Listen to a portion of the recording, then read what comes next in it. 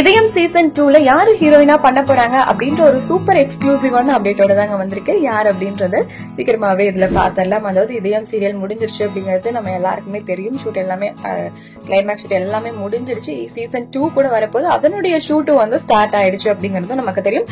ரீசெண்டா ஒரு அப்டேட் நான் கொடுத்திருந்தேன் இல்லையா, அதாவது பாரதியா நடிச்ச நம்ம ஜனனி வந்து இந்த சீசன்ல இருக்க மாட்டாங்க. அது அபிஷியலா அவங்களே அனௌன்ஸ் பண்ணிட்டாங்க.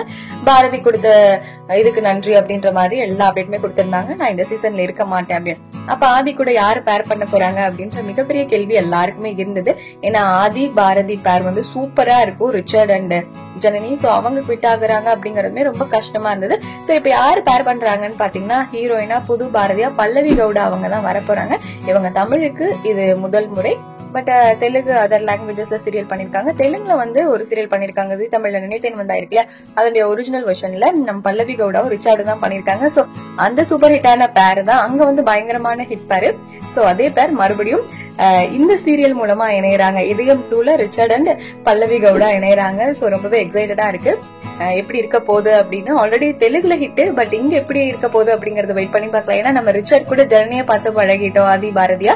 சோ இவங்க அதுக்கு செட் ஆவாங்களா இல்லையாங்கறத வெயிட் பண்ணி பார்க்கலாம். சோ இதை பத்தி உங்களோட கருத்து என்ன? பாரதி ரோலுக்கு ஜனனி தான் கரெக்ட்னு நினைக்கிறீங்களா, இல்ல ஓகே தான் அப்படின்னு நினைக்கிறீங்களாங்கறத கமெண்ட்ல சொல்லுங்க.